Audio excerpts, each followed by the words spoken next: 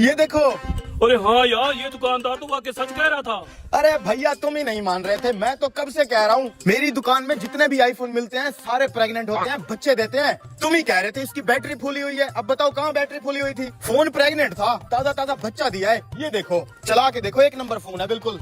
वाह यार, क्या टेक्नोलॉजी आ गई है। आजकल मोबाइल भी बच्चे देने लग गए हैं। लोग गाय और बकरी का डेयरी फार्म बनाते हैं। मैं सोच रहा हूँ आईफोन का फार्म बना लेते हैं। 2-4 आईफोन ले जाते हैं, उनसे बच्चे निकलते रहेंगे और हम बेचते रहेंगे। हाँ भाई, क्या मशवरा हुआ है? लेना है आईफोन? नहीं तो टाइम जाया मत करो मेरा।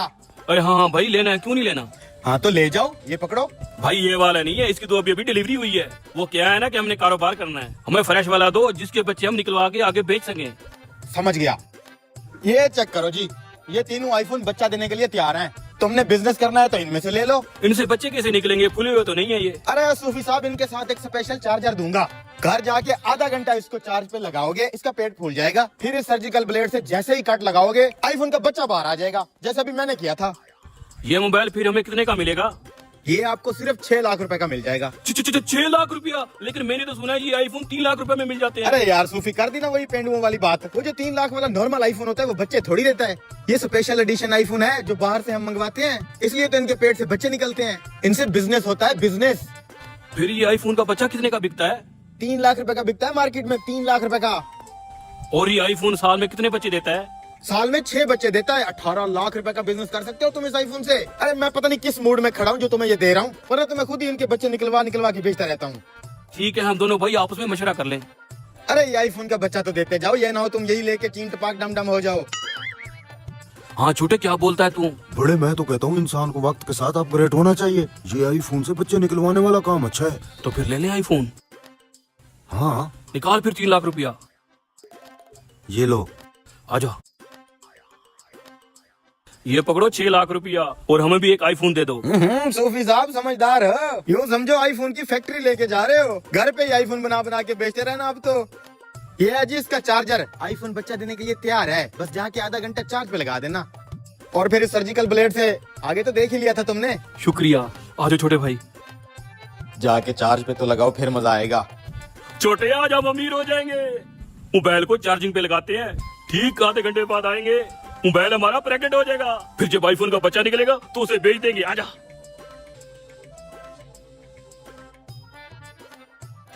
यस, हमारा मोबाइल प्रेग्नेंट हो गया। अब जल्दी से इसका ऑपरेशन कर और इससे आईफोन का बच्चा निकालते हैं। 1 2 3। ये क्या हो गया? मोहल्ले वालों, अगर तुम लोग इसी तरह मेरे साथ कंधे से कंधा मिला के खड़े रहे ना। जनाब मिठाई ले। जी जरूर, मैं अपने इस मोहल्ले को आगे तक लेके जाऊंगा। इंशाल्लाह ये मोहल्ला सबसे ज्यादा तरक्की याफ्ता होगा।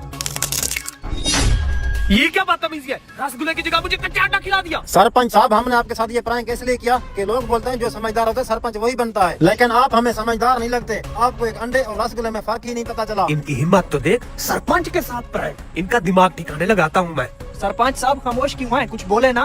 अभी पता चल जाएगा समझदार कौन है, तुम लोग या मैं। बेटे जाके 1 किलो दाल और 1 किलो चावल ले आ। भाई 1 किलो दाल और 1 किलो चावल दे दे। लगता है सरपंच साहब का दाल चावल खाने का मूड है।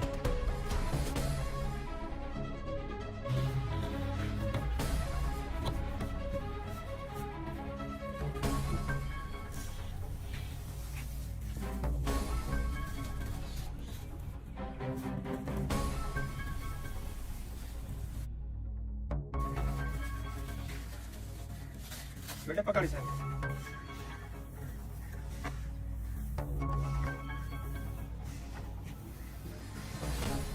अगर तुम तीनों खुद को अक्लमंद और मुझे बेवकूफ समझते हो तो इन दाल चावल को अलहदा अलहदा करके दिखाओ। ये तो बहुत आसान है, हम अभी से अलग करके दिखाते हैं। बैठो भाइयों।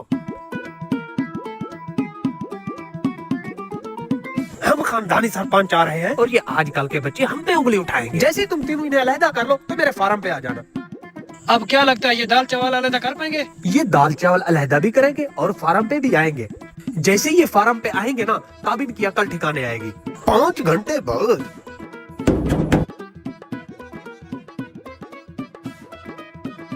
ओहो, आ गए। सरपंच ने कहा था कि ये जरूर आएंगे। तू जा सरपंच साहब को बुला के आ। अब सरपंच को पता चलेगा कि कौन अक्लमंद है। अस्सलाम वालेकुम। वालेकुम सलाम। सरपंच साहब देखें, पूरे 5 घंटे की मेहनत से हमने इन्हें अलग करके दिखाया। आप बताएं अक्लमंद आप हैं या हम? जाहिर सी बात है मैं अक्लमंद हूँ। सरपंच साहब आपको दिखता नहीं, हमने दाल चावल अलहदा कर लिए, इस हिसाब से अक्लमंद हम हुए। लल्ले बात को समझ, तुम लोगों ने कच्चा आटा खिला के मेरी बेइज्जती की। अपनी बेइज्जती का बदला लेने के लिए मैंने 5 घंटे तुम लोगों को एक जगह पे बिठा के इन दाल चावल साफ करने में लगा दिया। और हाँ, अगर तुम लोगों में थोड़ी सी अक्ल होती ना, ये दाल चावल घर ले जाके पका के खा लेते। मुझे दिखाने के लिए दुकान से 1-1 किलो ले लेते। इस हिसाब से बेवकूफ मैं नहीं, तुम हो। क्या याद है? या अल्लाह हमारी खैरात में बरकत अता फरमा। आमीन। या अल्लाह हमें बुरे कामों से बचा। आमीन। या अल्लाह सिलाब दुकान की हिफाजत फरमा। आमीन। आ जाएगा मजा जब मौलियों का माल हम अकेले खाएंगे। या अल्लाह इस खैरात को कबूल फरमा। आमीन। चलो भी अब आंखें खोल के खाना शुरू करो। चावलों का पतीला कहाँ गिरा? मौलाना साहब मुझे क्या पता, मैं तो आपके पीछे आंखें बंद करके दुआ मांग रहा था। लगता है इस मोटे की कोई हरकत है। खुदा की लाना तो तुम पर, बगैर देखे किसी के ऊपर कैसे इल्जाम लगा सकते हो? मैं भी तो तुम्हारे साथ आंखें बंद करके दुआ मांग रहा था। दुआ तो हम सब मांग रहे थे, फिर ये चावल किसने उठाए? चोर तो हम में से ही कोई है, लेकिन चावल किसने उठाए अब कैसे पता चलेगा? ये जो मेरे ऊपर इल्जाम लगा रहा है, मुझे लगता है इसी ने हरकत की है। अब तुम मेरे ऊपर क्यों इल्जाम लगा रहे हो? क्या सारे बुरे काम मैं करता हूँ? तुम लोग दूध के धुले हुए हो। मैंने तुम्हारे साथ बैठना ही नहीं है, मैं जा रहा हूँ। अली भाई क्यों नाराज होकर जा रहे हो? जो हो गया सो हो गया। जिसने भी हमारे चावल उठाए आ जाओ, उसके लिए हिदायत की दुआ मांगते हैं। चलो भाई हाथ खड़े करो। मौलाना साहब ये कैसे इंसाफ है? एक बंदे ने हमारा इतना बड़ा नुकसान कर दिया और आप उसके लिए दुआ मांग रहे हैं। इस्लाम हमें ये सिखाता है, जो भी इंसान हमारे साथ बुराई करे अल्लाह से उसकी हिदायत के लिए दुआ मांगनी चाहिए। चलो भी हाथ खड़े करो।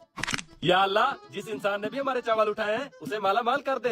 आमीन। अरे वाह, आज तो मजे हैं। चावल भी मैंने उठा लिए और दुआएं भी मुझे मिल रही हैं। आमीन। या अल्लाह अगर वो इंसान मुझे मिल जाए तो मैं उसे बकरे की सिज्जी खिलाऊंगा। आमीन। या अल्लाह अगर वो इंसान हमें चावल वापस कर दे तो मैं उसकी दूसरी शादी और उसकी शादी के ऊपर 100 दे के बनवाऊंगा। आमीन। बस करे मौलाना साहब, जो समझे आपकी दुआ कबूल हो गई। चावल तो मैंने उठवाए थे, आप कहें तो मैं भी मंगवा देता हूँ। हाँ ठीक है, फिर देर किस बात की, जल्दी से मंगवाओ, फिर तुम्हारी शादी का भी इंतजाम करते हैं। हाँ हाँ मौलाना साहब, मुझे आप पे इत्मीनान है, मैं भी बुलाता हूँ। चल बे जल्दी से वहाँ आ जा जहाँ से चावल उठाया है। नहीं नहीं कोई कुछ नहीं कहता, मेरी शादी हो रही है, जल्दी आ रहा है। ये लो चावल, क्या अब मेरी भी शादी होगी? हाँ हाँ तुम्हारी भी हो जाएगी। चले मौलाना साहब निकाह पढ़ाना शुरू करें। जी ठीक है। ओ भाई साहब, ये कैसा निकाह पढ़ा रहे हो? निकाह भी पढ़ाते हैं, चलो भाई मारो इनको।